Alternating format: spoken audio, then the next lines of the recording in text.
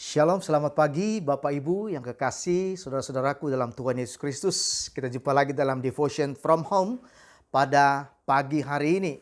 Saya percaya keadaan saudara baik-baik saja walaupun kita masih dalam situasi pandemi COVID ini. Nah, firman Tuhan hari ini saya mengambil dari satu seri Absolute Surrender. Absolute Surrender, jadi berserah penuh. Sebagai murid-murid Yesus, kita harus mempunyai hidup yang berserah. Dan berserahnya bukan setengah-setengah. Kita harus sungguh-sungguh berserah penuh kepada Kristus. Saya percaya pagi hari ini ya kita akan belajar sebagian kebenaran firman Tuhan. Dan dari seri ini saya ingin beri judul Lost and Found. Lost and Found. Jadi yang hilang dan ditemukan kembali. Saudara, buka Alkitab saudara di Kitab Lukas 19 ayat 1 sampai dengan ke-10. Saya berdoa supaya firman yang sederhana ini, cerita yang biasa saudara baca ini, bisa mengubahkan hidupmu hari ini. Atau mungkin saudara baru pertama kali mendengar cerita ini, baru wow. Hari ini saya percaya Roh Kudus menjamah kita untuk mengingatkan kembali bahwa Dia Allah yang hidup. Dia Allah yang mendengar dan mengetahui setiap persoalan, kerinduan hati saudara. Dan Dia pasti menjawab setiap apapun yang kau minta di dalam namanya. Asal engkau sungguh-sungguh berserah. Asal engkau sungguh-sungguh dengan kemurnian hati mau datang kepada Tuhan. Lukas 19 cerita mengenai Sakeus. Dikatakan ayat pertama, Yesus masuk ke kota Yeriko dan berjalan terus melintasi kota itu. Terus Yesus berjalan. Dia mencari saudara, karena ayat yang berikutnya terakhir dikatakan ini adalah tugas dia.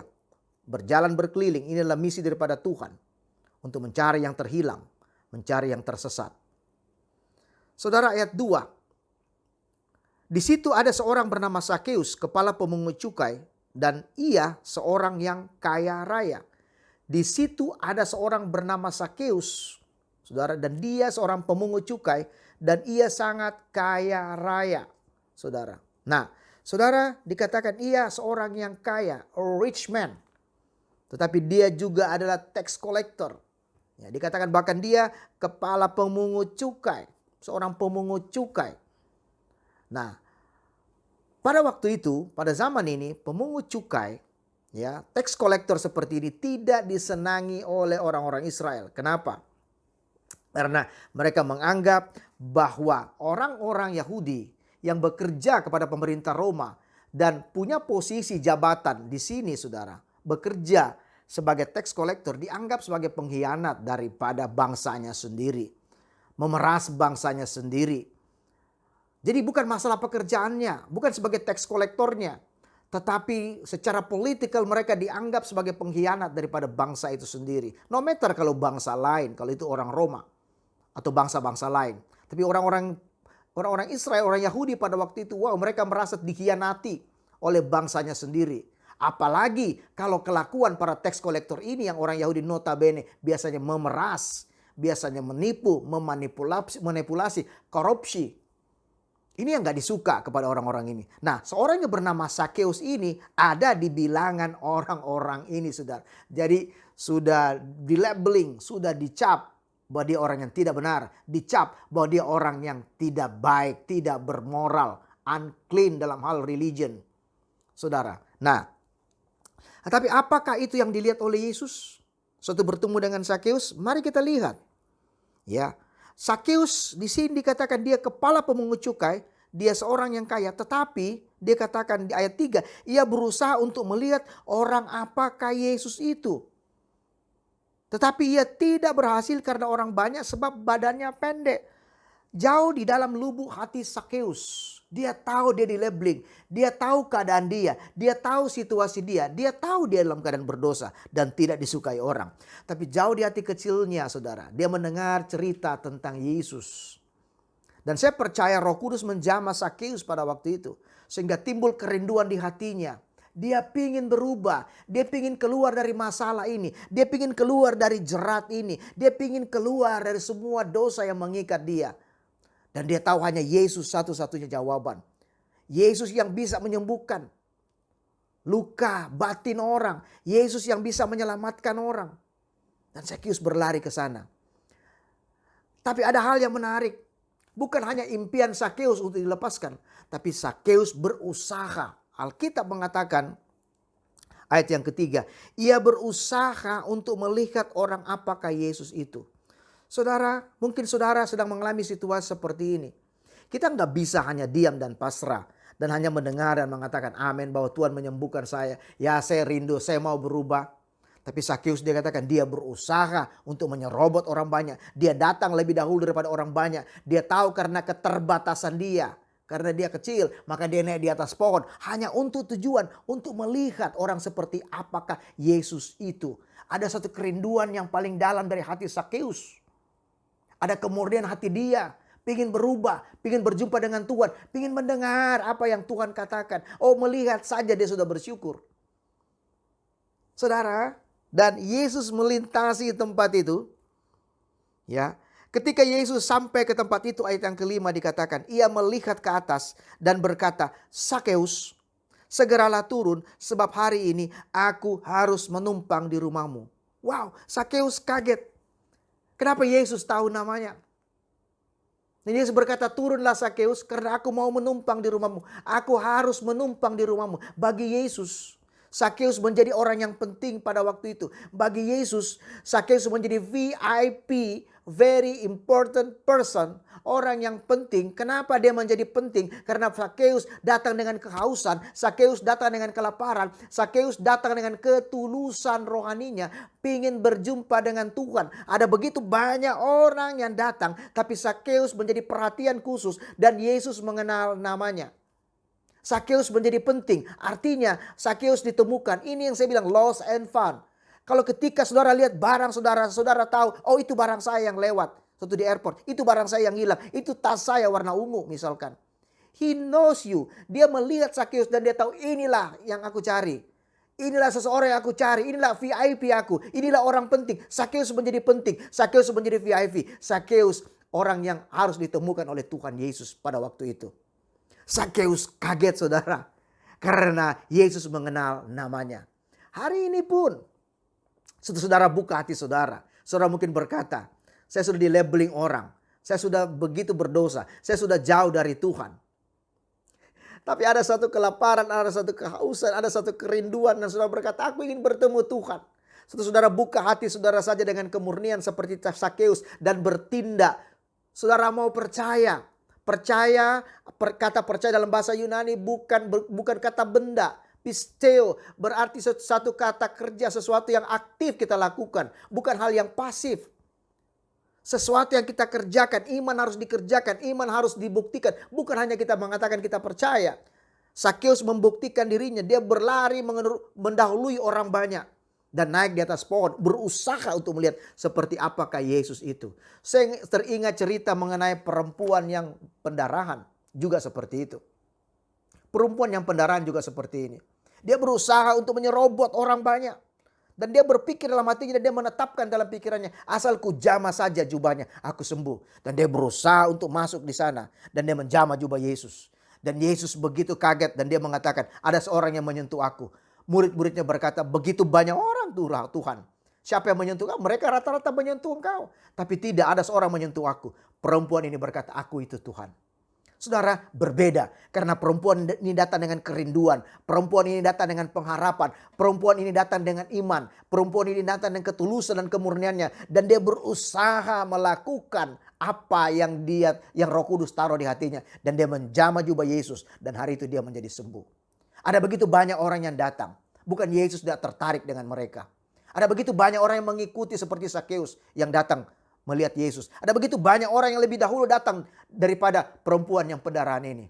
Tapi Yesus saja tertarik kepada mereka, matanya yang tertuju kepada dia. Dan hari itu perempuan itu menjadi VIP-nya Yesus. Hari itu Sakeus menjadi VIP-nya Yesus. Hari ini kalau saudara buka hati saudara, saudara menjadi VIP-nya Tuhan Yesus sendiri. Saudara, orang yang ditemukan kembali. Menarik saudara. Saya sangat exciting ketika saya membaca selalu berulang-ulang firman Tuhan ini. Ketika Yesus sampai ke tempat itu, ia melihat ke atas dan berkata, Sakeus segeralah turun. Sebab hari ini aku harus menumpang di rumahmu. Harus menumpang di rumahmu. Dia menjadi VIP-nya Tuhan Yesus. Saudara, Sakeus kaget. Dia hanya berharap bisa melihat Yesus. melihat Yesus sudah cukup buat dia. Tapi dia cukup kaget, sangat kaget bahkan ketika Yesus berkata, Zakheus. Tahukah saudara bahwa Tuhan mengenal nama saudara? Tahukah saudara bahwa Yesus memanggil namamu saat ini? Dimanapun situasi saudara. Mungkin saudara sedang terikat dengan kuasa kegelapan. Mungkin saudara sedang terikat dengan hal-hal yang buruk. Terbelenggu dalam situasi dosa. Yesus mengenal namamu. Dan engkaulah yang dicari Tuhan.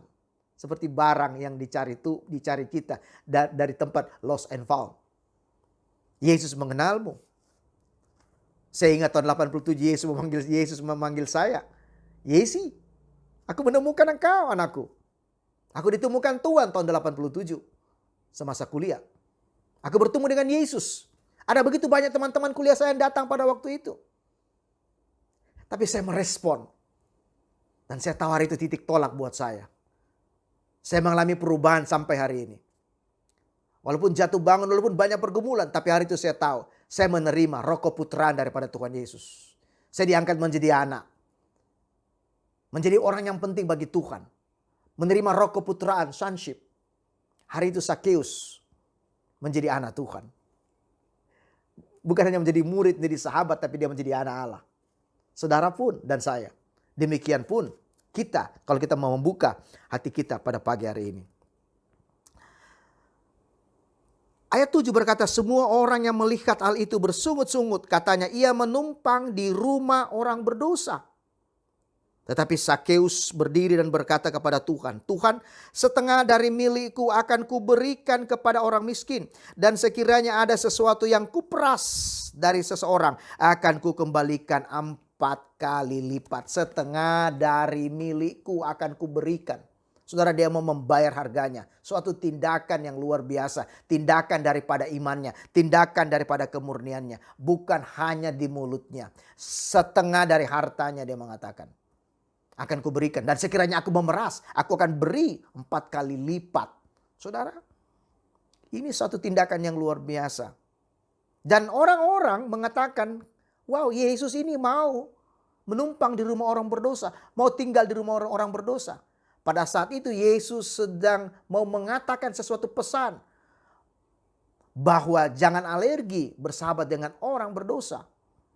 Yesus mau mengatakan bahwa orang-orang berdosa juga berharga di mata Tuhan. Karena kita semua sebenarnya adalah berdosa. Saya berdosa, saudara berdosa. Kita semua sudah kehilangan kemuliaan Allah. Bukan karena saya pendeta. Kita semua sudah berdosa. Kita semua punya hak yang sama. Tuhan bisa memanggil saudara untuk menjadi anak, diadopsi menjadi anak Allah. Luar biasa saudara. Yesus mengatakan, aku harus menumpang di rumahmu. Yesus tidak mendengar gosip kiri dan kanan. Yesus tidak mendengar labeling orang berkata, hey, dia orang berdosa, dia pemungut cukai, dia pengkhianat. Yesus tidak terpengaruh dengan itu. Tapi dia mengenal hati Zakheus. Yesus tidak mendengar apa omongan orang mengenai saudara dan saya. Tapi Yesus peduli di kedalaman hatimu. Kalau saudara mendengar kata orang, saudara tidak akan pernah maju. Amin. Saudara akan tertuduh, saudara akan frustrasi, saudara akan merasa berdosa terus. Saudara di labeling orang berdosa. Orang tidak ada orang yang suka sama saudara. Saudara mungkin keluar masuk ke dalam kejahatan, dalam dunia kejahatan. Mungkin bahkan saat ini saudara yang sedang menyaksikan, saudara dalam lembaga permasyarakatan. Mungkin saudara sudah beberapa kali dan saudara berkata, aku tidak ada harapan lagi. Aku tidak bisa hidup seperti normal lagi. Dengar baik-baik. Saya merasakan bahwa Tuhan berkata, bahwa engkau berharga di mata Tuhan. Bukan apa yang dilihat oleh manusia. Bukan apa yang dilabeling oleh manusia. Tapi luar Tuhan melihat hatimu saat ini. Ketika engkau sungguh-sungguh dengan ketulusan, maka Yesus memanggil namamu seperti dia memanggil nama Zakheus. Maka seperti ada energi yang keluar dari Yesus waktu perempuan itu menjamah dia supaya dia disembuhkan. Maka saat ini seperti ada sesuatu yang Tuhan mengatakan bahwa anakku, aku mengasihi engkau. No matter kesalahan saudara seperti apa. Dosamu yang merah seperti kirmiji menjadi putih seperti salju. Pelanggaranmu dibuang Tuhan ke dalam laut, ditubir laut. Tidak diingat-ingat lagi. Karena itulah Tuhan kita. Luar biasa. Ini waktunya kita kembali kepada Tuhan. Ini waktunya kita berpaling daripada setiap dosa-dosa kita dan kita kembali kepada Tuhan. Zakheus mengatakan ini, dia mau bayar harganya. Sangat berbeda ya dengan orang muda yang kaya. Ada seorang muda yang kaya yang datang kepada Yesus.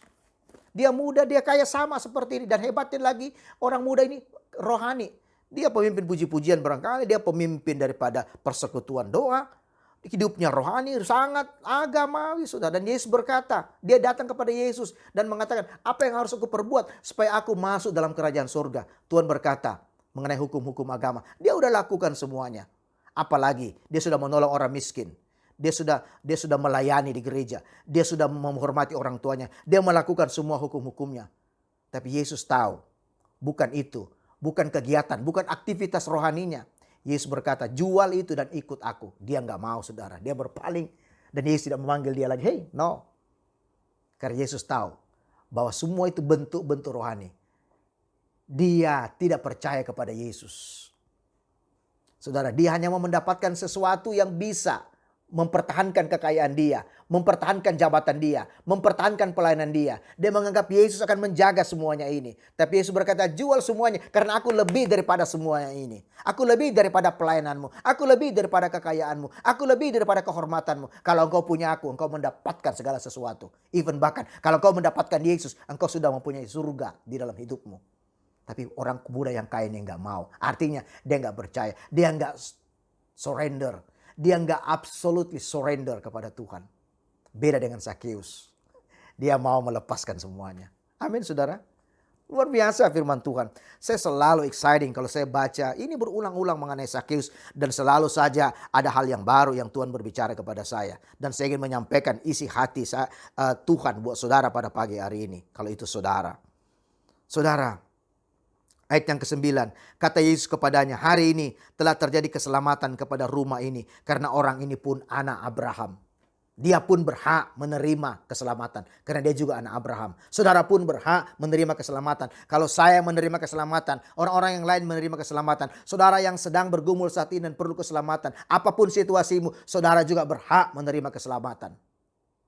Keselamatan. Karena Yesus, kenapa? Ayat 10 dikatakan, sebab anak manusia yaitu Yesus datang untuk mencari. Dia mencari dan menyelamatkan yang hilang.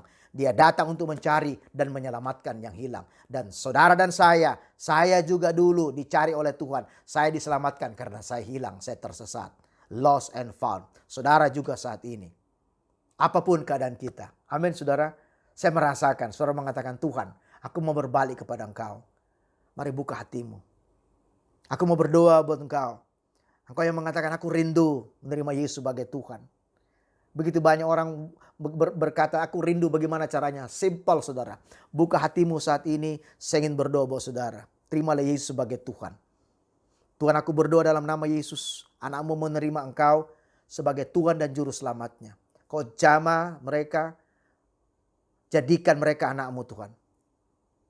Terimalah pertolongan Tuhan. Bertobatlah. Yes. Mengakulah. Terimalah, katakan, Yesus, aku mau menjadikan engkau Tuhan dan Juru Selamatku pribadi. Yesus, ampuni dosa-dosaku. Yesus, terimalah aku. Sembuhkanlah aku. Amin. Tuhan mengasihi engkau. Hari ini engkau menjadi anak Tuhan.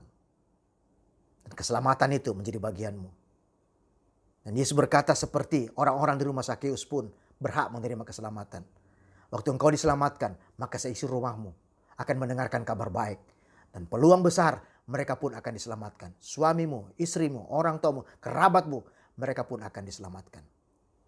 Tuhan, terima kasih untuk pagi hari ini. Terima kasih buat kebenaran firman-Mu. Terima kasih Tuhan, Kau sudah menjamah kami. Engkau sudah menguduskan kami. Sehingga kami boleh mengetahui kebenaran firman-Mu. Biarlah kebenaran firman-Mu memerdekakan kami. Terima kasih untuk saudara-saudaraku yang sudah menerima Yesus Kristus sebagai Tuhan dan Juru Selamatnya pribadi. Haleluya. Amin. God bless you. Tuhan Yesus memberkatimu.